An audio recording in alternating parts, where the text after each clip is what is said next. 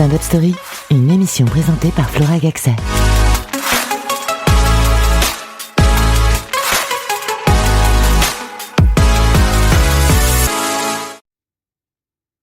Bonjour, vous écoutez Stand Up Story, l'émission qui vous plonge dans l'univers du stand-up. Aujourd'hui, nous sommes avec Caro qui a son spectacle No Limites. Bonjour Caro.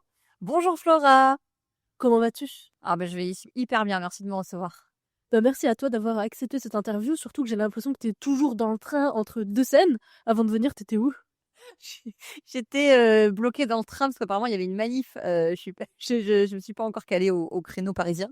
Du coup, j'ai voulu sortir. Je me suis dit, c'est pas grave, je vais prendre un vélo parce que j'étais vraiment pas loin. Et pas de Vélib non plus. Enfin, bon, la galère, je suis toujours à la bourre. Je suis toujours à 8000. Et voilà, je fais partie de, comme plein de femmes, hein, je pense, hyper active, avec plein de choses à faire. Et même à Paris, je vais toujours aussi vite. C'est pour ça que ton spectacle il s'appelle No Limites? Ouais, en fait, il s'appelle No Limites parce que je me suis rendu compte que des fois, on se bloque beaucoup pour plein de choses dans la vie. Et en fait, souvent, c'est des limites qu'on se met nous-mêmes. Alors, il y a des limites sociales, il y a des limites il y a des limites des fois dans l'éducation qu'on a eue, dans les choses qu'on fait. Mais la plupart du temps, c'est des limites qu'on se met nous et qu'on peut essayer d'enlever. Donc, c'est de ça que parle le spectacle, entre autres.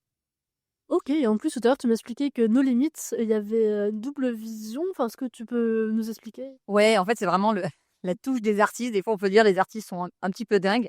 En fait, sur l'affiche, donc c'est vraiment No Limit à l'américaine, No et puis limite Limit.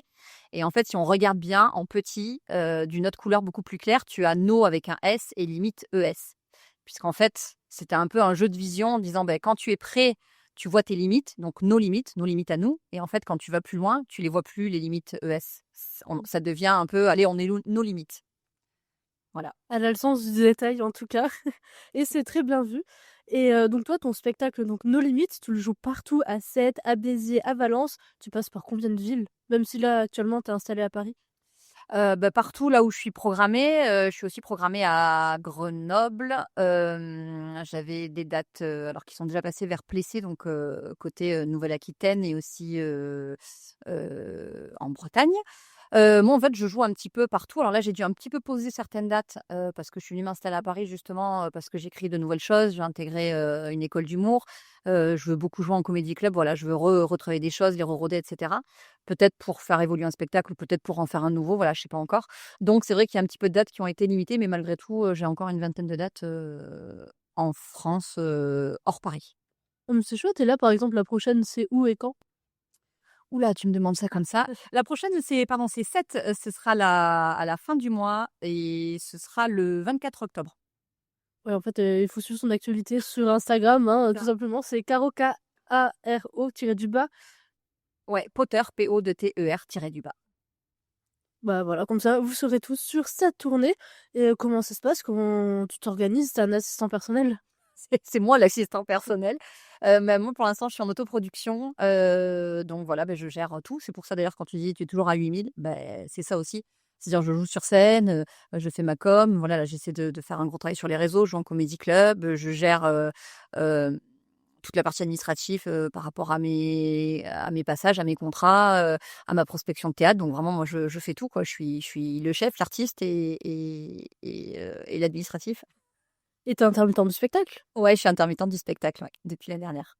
Oh, mais c'est chouette, sachant qu'on en parlera tout à l'heure, mais c'est assez récent le fait que tu te sois lancée dans l'humour. Et donc ton one man show, tu ne l'as jamais encore joué à Paris, c'est ça pour l'instant? Ouais, jamais joué.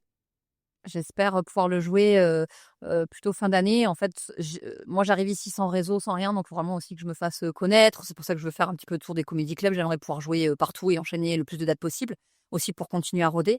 Je pense que c'est pas évident d'avoir un spectacle quand on est dans une ville où on n'a pas de réseau. Il y a énormément de spectacles à Paris, il y a énormément de choses à faire. En plus, il y a des spectacles, il y a des plateaux de comédie club, même de très très bonne qualité. Donc pour moi, je peux jouer mon spectacle ici. Je préfère attendre, me faire un nom et que les gens puissent venir d'avance programmer, venir sur une date qui serait peut-être sur une date un peu lointaine, on va dire, imaginons juin 2026, tu vois, et me consacrer aujourd'hui à bosser, à aller rencontrer le public, puis à vivre aussi une vie parisienne. On ne sait jamais si les spectacles, c'est bête, hein, peut-être ce que je vais dire, mais on ne sait pas si des fois on peut faire la même chose en province ou à Paris et vice-versa. Tu vois, des fois de dire mon spectacle, il passe ailleurs, mais est-ce que les choses que je dis, à Paris, est-ce qu'on a la même vie? Est-ce qu'on va trouver les mêmes choses?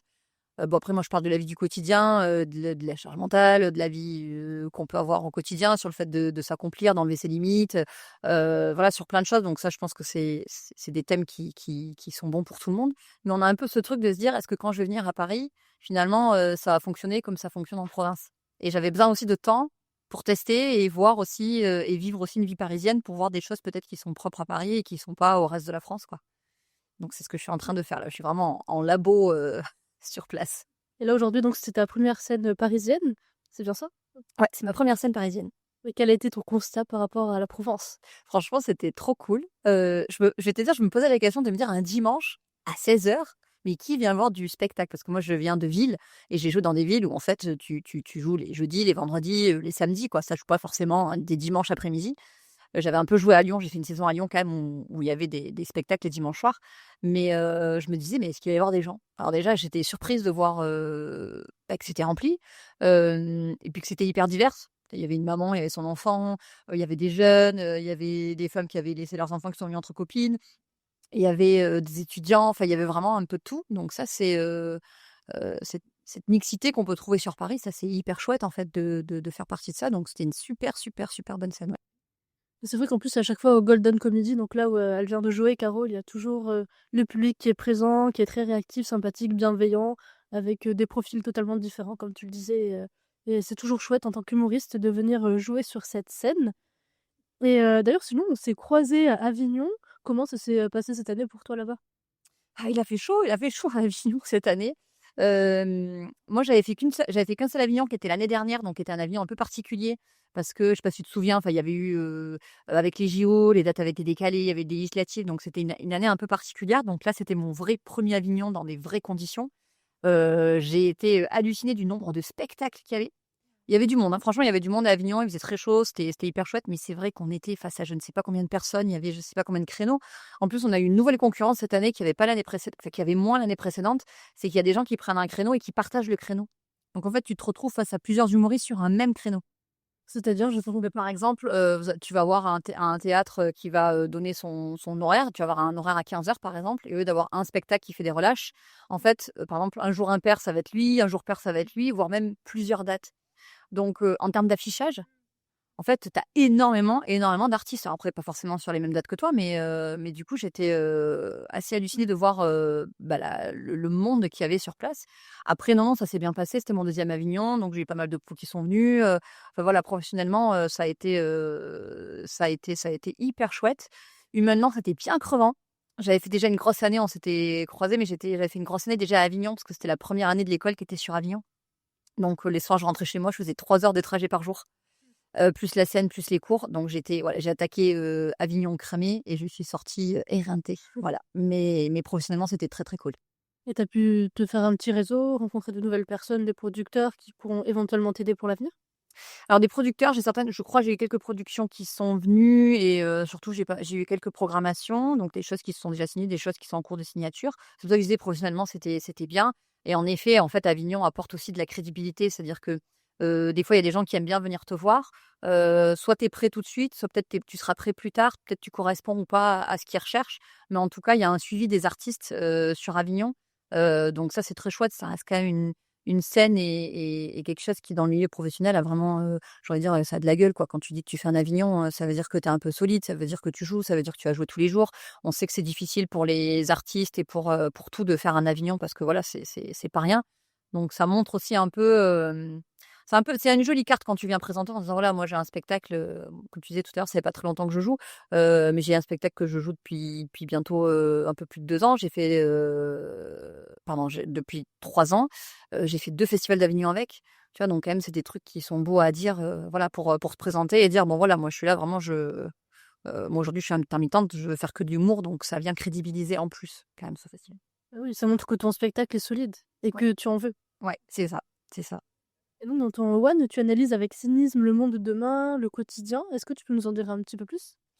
Oui, alors en fait sur cette première version du spectacle que là j'ai fait à Avignon, parce que là je dis ça, je suis en train d'écrire d'autres choses, c'est pour ça. Sur le spectacle donc sur Nos Limites, ça parle vraiment de ce moment-là, dans une vie. Alors peut-être que certains ont connu, peut-être que d'autres connaîtront plus tard.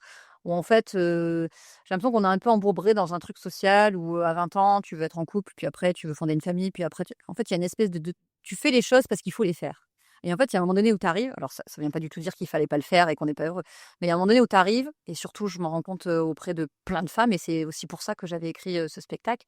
C'est qu'à un moment donné où on se dit, «Ah, mais j'ai fait plein de choses pour tout le monde, mais et moi je veux faire quoi?» Et en fait, on se rend compte et des fois on se pose la question de dire: «Mais pourquoi j'ai voulu cette vie-là?» Et puis des fois on se rend compte qu'on l'a fait parce que c'était la prochaine étape, c'était normal parce que, bon, je pense que tout le monde reconnaîtra, des fois on est en termes d'âge, on te dit: «Bah alors, c'est quand tu un chéri, bon alors c'est quand tu un enfant, bon allez c'est quand tu fais le 2e, c'est quand» et en fait ça s'arrête quand tu tout et en fait quand tout s'arrête et que là tu plus que toi à vie à tu n'as plus que toi à te faire plaisir, bah, des fois tu te rends compte que tu sais pas ce que tu veux. Tu as l'impression de pas forcément savoir quitter, tu as l'impression d'avoir couru pendant 10 ans et puis voilà et en fait c'est un petit peu cette reconquête-là et puis, de venir passer au crible finalement, voilà, cette image où on a l'impression qu'on va avoir une vie parfaite, une famille parfaite et puis, beh, je viens casser tout ça. Je parle aussi de la méchante belle-mère parce que moi j'ai un statut de belle-mère, voilà, je fais partie de ces gens qui voulaient pas d'enfants, mais je suis avec quelqu'un qui en a. Donc voilà, j'ai quand même une vie familiale à part entière parce que c'est pas neutre d'être beau-parent aujourd'hui et bah, je viens de prendre, un contre-emploi en parlant un peu de ce mythe de la méchante belle-mère et puis voilà, comme j'aime bien le cynisme et l'humour noir, voilà, j'y vais à fond. Mais, je viens parler aussi de tout ça un peu pour, montrer un peu l'envers du décor, de la Wonder Woman ou des super-héros qu'on veut être en étant petit, où finalement, bah, voilà, on galère un peu et puis finalement on arrive à un moment donné où on veut se faire plaisir et s'assumer et c'est ça un peu la morale du spectacle, quoi. Et tu que le public retienne, quoi exactement, comme message? Un message très fort de mon spectacle qui est juste do it. Voilà. En fait, bon, je me moque dans le spectacle en disant que c'est un grand philosophe qui a dit ça parce que c'est un peu comme les carpe diem que tu pourrais te faire écrire, quoi. Juste do it, c'est juste à chaque fois que tu as envie de faire quelque chose, mais que tu le fais pas parce que, bah, tu as peur ou tu as pas envie, parce que c'est risqué, parce que c'est machin et des fois de se dire: «Bah, nous posons pas de questions et juste faisons-le». Voilà, faisons-le sans se dire qu'on n'est pas capable de le faire, faisons-le. Donc ça, c'est un truc que je me suis appliqué moi au démarrage et qui marche bien parce qu'au bout de 3 ans, bah, je suis intermittente, j'ai un spectacle donc finalement quand on enlève ses limites, on est capable de faire plein de choses. Ouais, c'est des barrières psychologiques surtout. C'est ça, c'est ça. Et ton spectacle, donc tu l'as écrit toute seule? T'as pas eu de co-auteur, rien du tout? Ouais, ce spectacle, je l'ai écrit, toute seule. Il a été mis en scène par, une comédienne, une artiste, qui est incroyable qui s'appelle, Audrey Perrin. Voilà, qui a elle aussi son spectacle, qui s'appelle «Je ne simule plus», donc elle est sur la partie d'après, elle a 50 ans. Donc on a quand même beaucoup bossé ensemble sur la partie de mise en scène et sur les choses qu'on voulait dire, ou qu'on voulait faire comprendre par rapport au texte que j'avais écrit. En tout cas sur celui-ci, j'étais, toute seule en étant autrice. Là, j'écris de nouvelles choses que je teste, mais je pense que, dans le futur, j'aurai des co-auteurs. Ouais, je pense que sur les autres, il y a plein de gens aujourd'hui que je rencontre, de par, plein de collaborations, plein de scènes, plein de choses où je me dis: «Bah, tiens, j'aime bien la vision qu'ils ont, j'aime bien ce qu'ils vont faire, j'aime bien aller travailler aussi des trucs que je fais pas, de l'absurde ou vraiment d'autres choses» et j'aimerais bien dans le futur, ouais, être accompagnée, sur plein de choses en fait. Ouais, y compris sur la partie, d'écriture. OK, très bien. Et toi, le fait de vouloir faire de l'humour, c'est quelque chose qui était toujours présent en toi, mais que tu pas forcément écouté? Une petite voix intérieure? Ouais, alors c'est même plus une voix intérieure, c'est une voix étouffée, hein. Non, non, moi, en fait, je me suis réveillée pour monter sur scène, j'avais presque 8 ans. Je faisais pas de théâtre, je faisais pas de comédie, je faisais pas d'acting, je faisais rien. Enfin, je travaillais dans la finance, je travaillais en banque pendant 7 ans, puis après je me suis mis à mon compte dans le montage de dossiers de financement et de subvention, voilà, donc vraiment rien à voir et en fait, c'est au covid où je me suis retrouvée, bah, bloquée à la maison en train de faire, les devoirs, la popote, le machin et je me suis dit: «Waouh, c'est exactement toute la vie que tu voulais pas avoir, quoi, enfermée chez toi, bloquée» et hem et du coup, je me suis posé la question, donc je faisais déjà beaucoup de préparation mentale, je faisais beaucoup de neurotraining avec une fille notamment, parce que je faisais du sport, du tennis en compétition, donc voilà, je travaillais sur cette partie-là et on a justement travaillé sur le fait d'aller au-delà de la frustration et de se retrouver avec ce qui nous ferait vibrer, quoi et d'essayer de se rapprocher de son enfant intérieur et du coup, là, vraiment, je suis allée très, très loin pour me dire: «Bah, vraiment petite, qu'est-ce que tu voulais faire?» et c'est vrai que quand j'étais petite, je voulais être Heidi Kaku et en fait, tout est parti de là. Mais le truc est revenu à 38 ans comme ça, sur une séance de travail, quoi. C'était même pas quelque chose que j'avais pas du tout conscience de ça et c'était pas du tout un truc que j'avais au quotidien en me disant: «Ah tiens, un jour je le ferai». Non, pour moi, c'était même impensable. Quand j'ai eu mon premier pied sur scène, je me suis dit: «Tu vas faire ça une fois, voilà, tu l'auras fait et puis ça va s'arrêter là, quoi». Jamais j'aurais imaginé que ça bouleverserait ma vie. Bah, c'est beau comme bouleversement. Ouais, c'est un très beau bouleversement. Et donc après tu es passé pardon par la formation de l'ESSAR, ESAR à la Scala. Tu peux nous en dire un peu plus? Ouais. Ouais, les arts, c'est, donc l'École supérieure des arts du rire. C'est une école qui a ouverte l'année dernière, donc je fais partie de la 1re promotion. On a fait la première année à Avignon et la deuxième sur Paris. C'est une école d'humour, qui a été mise en place justement, pour venir, accompagner, des personnes qui voudraient vraiment se professionnaliser dans l'humour.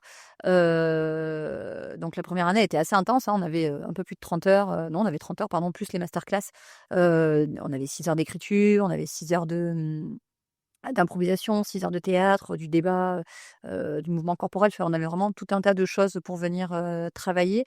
La première année, c'était très chouette. On était un petit peu, en cocon sur Avignon et du coup, on a pu travailler plein de choses pour se dire: «Tiens», moi vraiment je l'ai utilisé comme un labo en me disant: «Tiens, viens faire toutes les choses que tu fais pas. Donc viens te péter la tronche, viens faire des trucs que tu sais pas faire», voilà, donc vraiment pendant une année, j'ai vraiment essayé de tester des trucs et là, la deuxième année, elle est plus professionnalisante. Voilà, on est sur Paris, l'objectif, c'est de jouer au max à côté, d'écrire, de tester et de sortir avec un nouveau 55 minutes.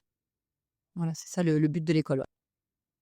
OK, très bien et tu avais entendu parler comment de l'école?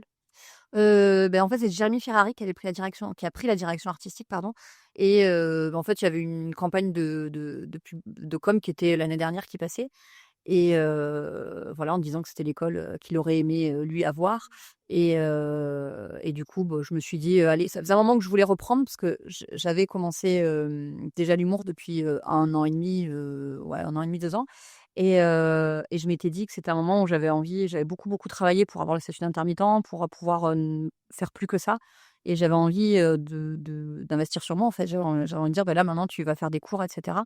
Je savais pas quoi choisir et j'ai cette vidéo qui est tombée et du coup, j'ai postulé, j'ai fait les auditions, puis après j'ai été prise et puis voilà, l'aventure commence, hein. Et en plus, ce qu'elle ne vous dit pas, c'est qu'elle a été première de sa promo, elle fait plein de choses et bien.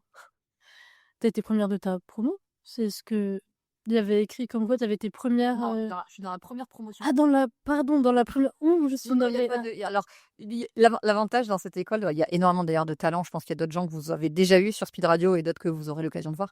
On est, une belle promo, un peu moins d'une quarantaine de personnes et en fait, on est la première promo. Mais, il y a pas du tout, de notation. On n'est pas ouais, on n'est pas du tout sur, comme d'autres écoles où tu as en effet des notes ou des choses comme ça. On n'a pas du tout de notes parce que déjà, ce serait extrêmement compliqué de se comparer les uns aux autres, sachant que tout le monde fait des choses complètement différentes. Et du coup, enfin, je pense que de toute façon, vous aurez l'occasion de voir, tout plein de gens de cette école un peu partout parce qu'il y a énormément de talent et sur Paris, voilà, ils vont venir jouer, on va tous venir jouer un peu à droite à gauche, donc ça va être, une super promo. Mais non, non, il y a pas de promotion, en l'état actuel, on fait tous partie de la promo et voilà, il y a pas de classification quoi, si tu veux. Ça marche, ouais, je suis désolée, en fait, j'avais vu première promo, je me dis: «Bon, première de la promo», mais en fait, non, c'est la première promo qui va lui permettre, d'aller, loin. Autant pour moi. Donc toi, tu as débuté la scène en 2022. Ton spectacle, il a été écrit en 2023. Au total, tu as fait 13 festivals, 7 prix. Ça va hyper vite. C'est bien ça pour les chiffres, pour le coup. Ouais, les chiffres sont bons. Ouais, ouais, ça allait hyper vite en fait tout de suite, parce que en fait, j'ai commencé un peu à jouer, j'ai fait 2-3 scènes ouvertes, sur Montpellier et puis on m'a dit: «Ouais, c'est bien, c'est bien» et alors peut-être aussi c'est parce qu'il y a l'âge. À un moment donné, quand toute ta vie tu as bossé, puis tu as un peu une lueur d'un truc qui s'ouvre, tu as envie de voir, si tu es capable d'aller jusqu'au bout et je me suis dit, cette fois-ci, essaie pour la première fois de pas te poser de limites sur quelque chose que tu es en train de faire et de pas te mettre d'objectifs. Ne t'en mets pas, vas-y à fond. Et du coup, très rapidement, j'ai commencé à m'inscrire à des concours parce que je me suis dit: «Bon, on me dit que c'est bien, mais est-ce que la famille, les amis sont très objectifs?» Voilà, donc tu vois, sur cette truc-là, donc je me suis dit: «Je vais me confronter à des gens qui me connaissent pas». En plus, je suis allée jouer sur Lyon alors que j'étais de Montpellier. Enfin, vraiment, je me suis dit: «On part là-dessus» et en fait, lors de ces concours, j'ai pu aller, assez loin, pour, déjà être vue et après chaque fois, il y avait des personnes dans les jurys, qui aimaient bien ce que je faisais et qui en plus, du coup, se rendaient compte que c'était ma 5e, 6e scène. Enfin vraiment, on était vraiment au démarrage et qui m'ont ouvert pas mal de portes. Donc c'est grâce à ça que les premières années, j'ai pu enchaîner pas mal de festivals et après voilà, j'ai eu beaucoup de chance. J'en ai gagné certains, mais du coup, ouais, j'ai pu faire, pas mal de festivals et ça, c'est très, très cool, pour venir découvrir, des territoires que tu connais pas. Et puis ça t'offre toujours des scènes, incroyables et puis tu rencontres énormément d'artistes. Donc en plus, tu commences aussi à te faire un réseau par les festivals et ça, c'était hyper chouette. Je suis très contente d'avoir eu le privilège de pouvoir faire tous ces festivals pendant, 1 an et demi, quoi. Et ton premier festival, il était où et comment ça s'est fait, ton intégration là-bas? Est-ce que aussi ça t'a permis de rebondir sur d'autres festivals grâce aux contacts établis là-bas? Ouais, c'est ça. En fait, mon premier festival, c'est pas un festival, c'était un concours. J'ai fait le candidatoire. Il y a d'ailleurs plein d'artistes et d'humoristes qui sont passés par là, qui ont commencé par là, puisque malgré tout, ça restait un concours qui était ouvert. Parce que tu pouvais vraiment venir candidater et postuler sans connaître personne, sans même en commençant, etc. Donc, c'était un des tout premiers qui était quand même bien ouvert. Et après, là-dessus, bah, j'ai eu des gens dans les jurys qui faisaient partie des festivals nationaux, des festivals. Français, pardon, la FFH, et du coup qui m'a mis sur un, et puis sur un, tu as une autre personne qui est là, qui t'emmène sur un autre, et en fait, voilà, ça peut faire rapidement boule de neige, en fait. Voilà. Donc, ouais, c'est vrai qu'un festival peut t'ouvrir sur d'autres festivals. L'avantage, bon, après, c'est ce que je dis toujours aux gens qui ont envie, de pas hésiter à postuler à des concours, à des tremplins, peu importe notre niveau, peu importe depuis quand on commence, juste avec l'envie. Parce qu'en fait, il y a tu fais toujours des rencontres. Tu fais des rencontres d'artistes, tu fais des rencontres de jury, tu as beaucoup de retours, dire: «Ah bon, là, même quand on fait une mauvaise scène, on a toujours un retour qui nous aide à avancer. Même quand on se pète la tronche, ça nous permet de remonter plus vite». Donc en fait, il faut à tout prix, bon, de toute façon, jouer, ça on le sait, hein, quand on est humoriste, il faut venir jouer au maximum, mais pas que en comédie club ou pas que avec son spectacle. Il faut aussi aller se confronter, même si des fois la partie concours ou tremplin, on essaie que ce soit toujours le plus bienveillant possible, mais ça reste des fois des concours. Heu, mais pas pour la partie complète, mais pour la partie, bah, est-ce que ton univers, tu te distingues de quelqu'un d'autre? En fait, je trouve que c'est hyper enrichissant d'en faire. C'est pas toujours évident, mais c'est hyper enrichissant d'en faire. Il faut pas avoir peur de candidater au maximum. Aujourd'hui, il y en a plein qui sont ouverts, et le plus possible, je pense que c'est bien pour un artiste de tout faire, quoi, d'aller partout, quoi.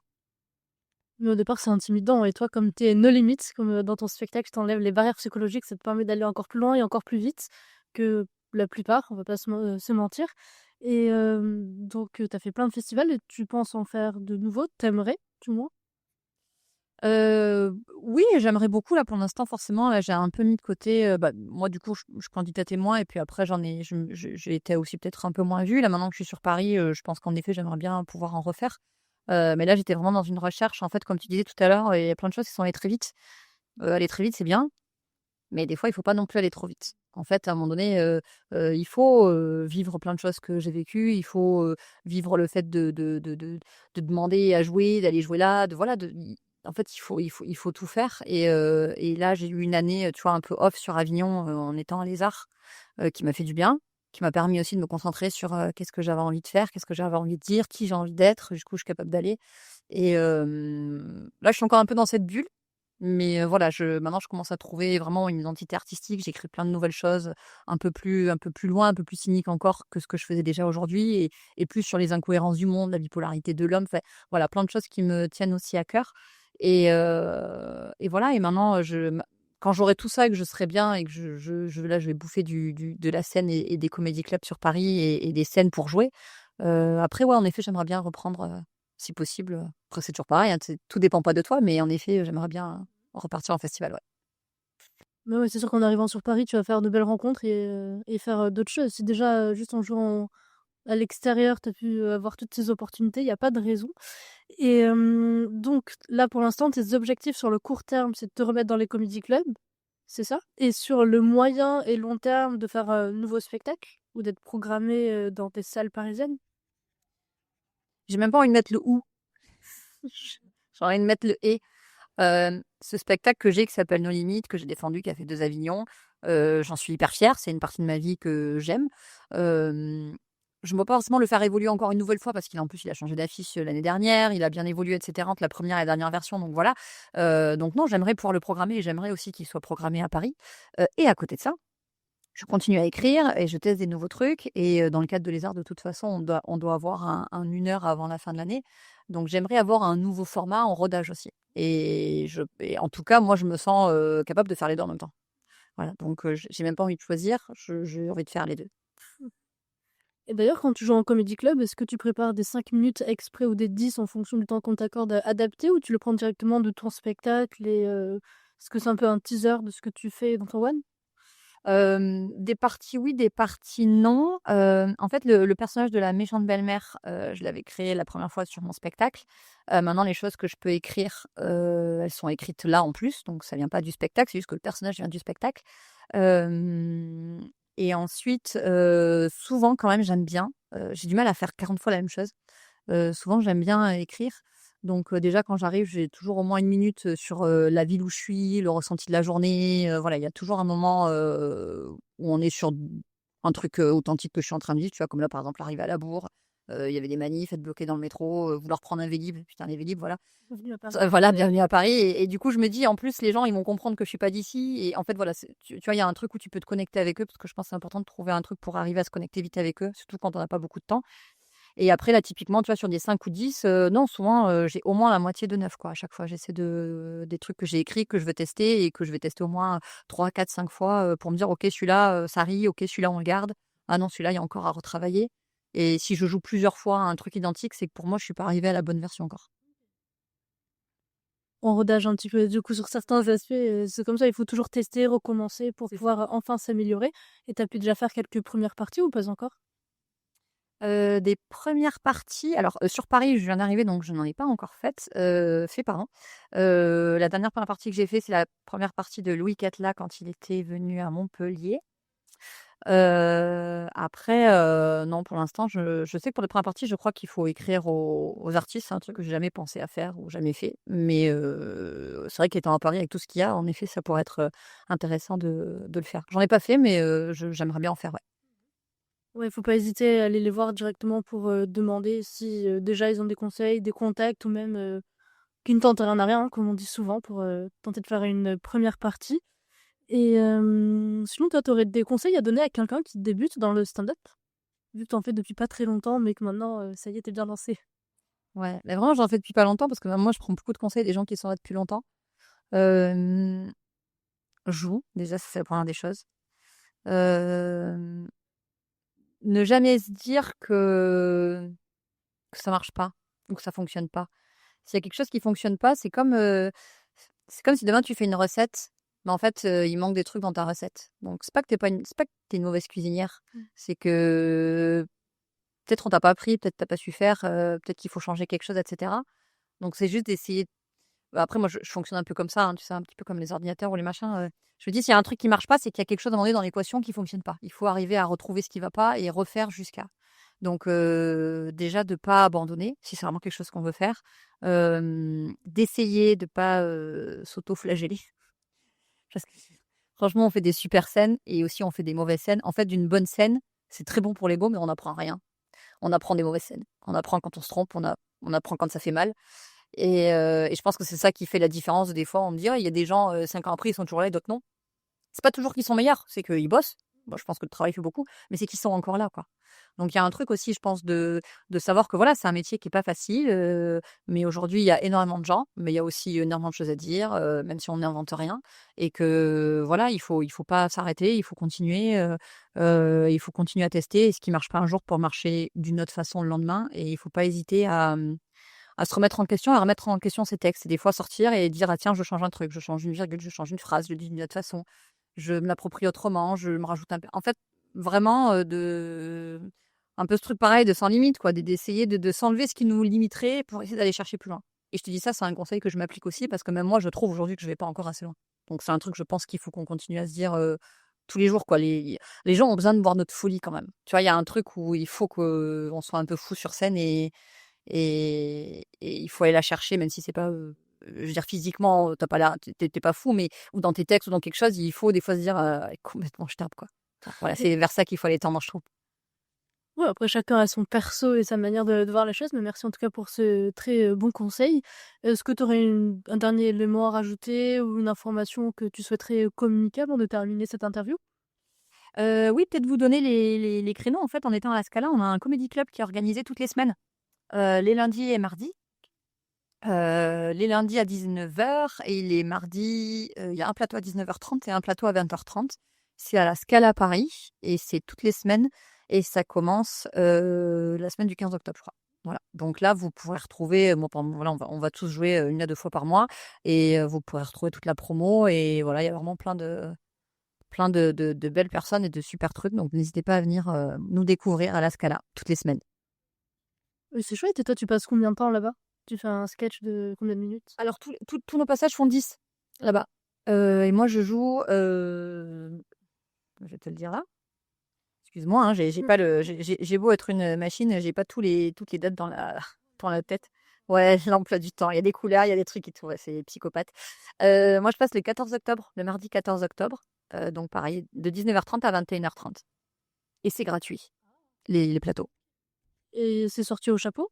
Il y a rien du tout vraiment parce que des fois quand on dit gratuit, il y a quand même une sortie au chapeau et là non. Ça permet donc aux comédiens de pouvoir s'entraîner, au public de C'est voir ce exactement ça. que C'est dans le cadre ça de la donne. en fait, c'est dans le cadre de la professionnalisation de la deuxième année. C'est un plateau ouvert où les gens peuvent venir découvrir tous les étudiants, des arts et tout ce qu'on fait.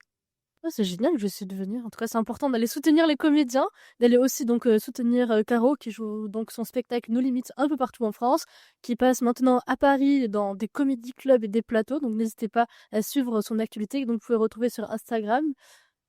À Caro, K-A-R-O, tiré du bas, Potter, comme Harry Potter, P-O-T-E-R avec le tiré du bas. Merci. Je voulais éviter de faire une vague à ce sujet, mais elle a fait d'elle-même, donc finalement parfait. Donc merci beaucoup d'avoir été avec nous, Caro. Merci beaucoup, Flora, de m'avoir reçu. Merci à Speed Radio de m'avoir fait intervenir et de parler de mon parcours. Merci beaucoup.